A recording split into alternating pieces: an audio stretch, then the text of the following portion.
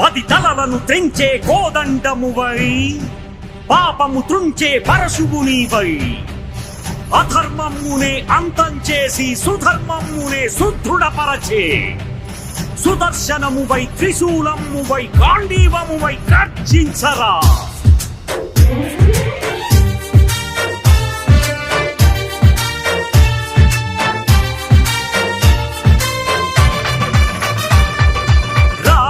కదలరా కదలిరా హైందవా, ఈ నేలపై శంఖమే పూరించగా.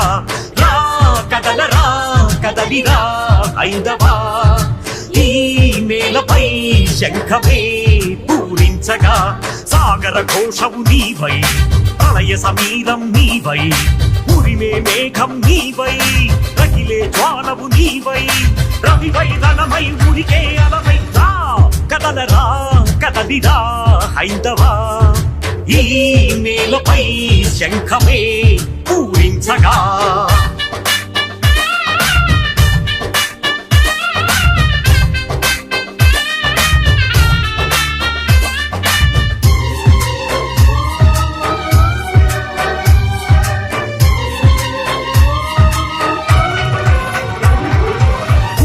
గోడల గొంతుక నీవై, కాలిన రథాల మంటవు నీవై, విధ్వంసకులకు వణుకు పుట్టగా అనంత విజయమై పౌండ్రనాదమై వినిపించగరారా విరుచుతు పడరా.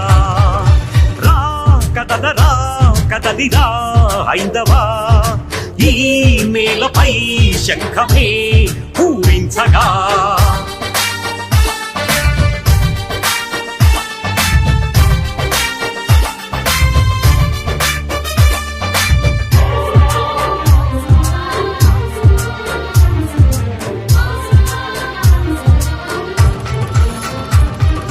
విగ్రహాలిన్ను విరిగినవి, గుడులు గుట్టలుగా మారినవి, ప్రసాదమే ప్రశ్నార్థకమైనది సుఘోష నీవై, మణిపుష్పకమై స్వరం పెంచరా స్వనము చేయరా.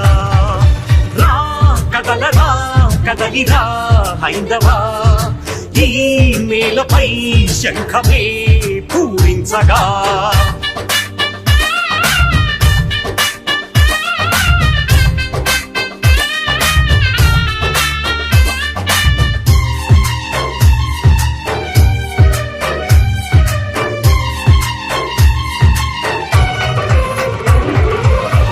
పాలనం అంతం అయినా ఆంగ్ల శాసనం అంతం కాదా. ఆలయాలకు విముక్తి ఎప్పుడని దేవదత్తమై పాంచజన్యమై ప్రశ్నించరా ప్రతిధ్వనించరా. రా కదలరా కదలిరా హైందవా, ఈ నేలపై శంఖమే పూరించగా. సాగర ఘోషవు నీవై, ప్రళయ సమీరం నీవై, ఉరిమే మేఘం నీవై, రగిలే జ్వాలవు నీవై, రవివై రణమై ఉరికే అలవై. రా కదలరా కదలిరా హైందవా, ఈ నేలపై శంఖమే పూరించగా.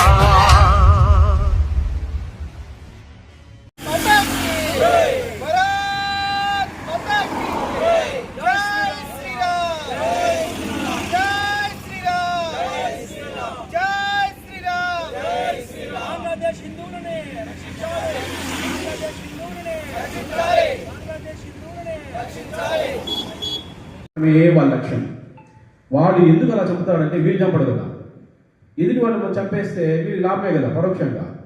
మళ్ళీ వీడియో వచ్చి మనం పలకరిస్తాడు, మీకు సహాయ సహకారాలు అందిస్తాడు. ఈ 90 మంది వచ్చి చచ్చిపోయిన 100 మంది మనోళ్ళు అయితే ఒకరో ఇద్దరు వచ్చి పలకరిస్తారు మనల్ని.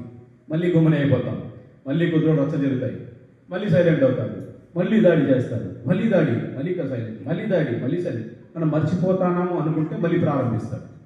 ఇది వీరికి ఉన్న సంస్కృతి. ఈ సంస్కృతి ఇట్లాగే కొనసాగుతూ ఉంది. దీన్ని ప్రపంచం అర్థం చేసుకొని ఇంకో జనరేషన్ వచ్చే లోపల జరిగే నష్టం జరిగిపోతుంది. ఎందుకంటే ప్రతి 10 సంవత్సరాలకి 20 సంవత్సరాలకి తరం మారిపోతుంది.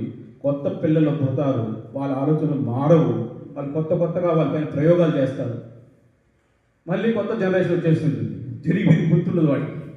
తాత చెప్తే ఈనడు, వీడికి అనుభవం రాదు, అనుభవం లేదు కాబట్టి వీడికి అనుభవం జరగదు ఈనడు. ఎవరు చెప్తారు ఇవన్నీ? అందుకే మనం ఇట్లాంటి సందర్భంలో ఇజ్రాయెల్ జరిగిన అన్యాయం గురించి గుర్తించేసుకోవాలి. ఇజ్రాయెల్ హక్కుల్ని అక్కడ వాళ్ళు అడ్డుకోవాలి. వాడి లక్ష్యం అది.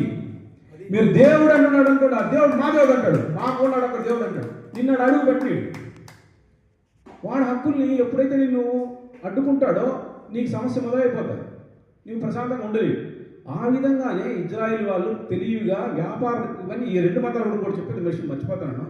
ఈ రెండు మతాలు కూడా వ్యాపార రీత్యా ఏర్పడిన మతాలే కానీ దేవుణ్ణి దర్శించాలా, మానవ కళ్యాణం జరగాల అనే ఉద్దేశంతో ఏర్పడిన మతాలు కావు. ఇది బాగా అర్థం చేసుకోండి.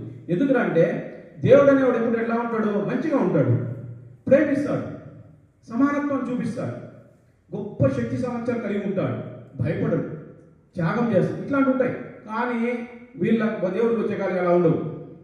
మగ దేవుళ్ళు మాత్రమే ఉంటారు, ఆడవాళ్ళకి విలువ ఉండదు, అసలు సమానత్వం ఉండదు, అంత స్వార్థాన్ని మాత్రమే ప్రేరేపిస్తారు. అటువంటి వ్యాపారంతో ఏర్పడిన మతాలే ఈ రెండు కూడా. ఈ రెండు మతాల్ని మనం అడ్డుకోవాల్సిన అవసరం లేదు. వాటి గురించి మనం తెలుసుకుంటే చాలు. మనము మాత్రం ఏం చేసినా కర్తవ్యంతో పాటు కార్యాచరణ కావాలి. కార్యాచరణ కావాలంటే ఇప్పుడు మీరు చెప్పినట్టుగా డబ్బు అవసరం. దానికి ఏం చేయాలా? వాళ్ళు 10% డబ్బులు ఇస్తున్నారు, మనం 5% వేయలేమా? ఏర్పాటు చేసుకోలేమా? మన సంఘాల్లో డబ్బులు 5% మన మతం ధర్మం కోసం ఖర్చు పెట్టలేమా? గుళ్ళు దేవుళ్ళకి ఇస్తా ఉన్నాం కదా, మన ధర్మం కోసం ఒక 5% డబ్బుల్ని ఒక వ్యవస్థీకృతంగా చేర్చలేమా? ప్రతి హిందువు చేర్చచ్చు కదా. ఆ డబ్బుతో మన చేతుల్లో ఉంటే మనం చేయలేమా? వాళ్ళు చేసి పిచ్చి పిచ్చి పనులన్నీ మనం చేయలేమా? అడ్డుకోలేమా? అడ్డుకోవచ్చు. ఆ ప్రయత్నం చేద్దాం కదా. ఒకటి. రెండవది ఇంకోటి ఏదో చెప్పినారు, డబ్బులు కాకుండా అధికారం కావాలి. అధికారానికి కోసం మనం ఏం చేస్తాం? వేరేవాడు చేస్తాం ఓట్లో. ఎందుకు వేయాలా? అధికారం అంటే ఎవరు ఉంటాయి? ఇబ్బంది లేదు కదా, మనమే పిచ్చివాడికి ఇస్తా ఉన్నాం అధికారాన్ని. ఇటువంటి వాటిని ఆలోచన చేసుకోవాలి. సో ప్రతి సమస్య పట్ల మనం పరిష్కారాన్ని వెతకాలి, కానీ సమస్యను చర్చించుకుంటే మనకి ఏమీ రాదు. మనం ఆ దృష్టితో కోణంతో ఆలోచన చేద్దాం. జై శ్రీ.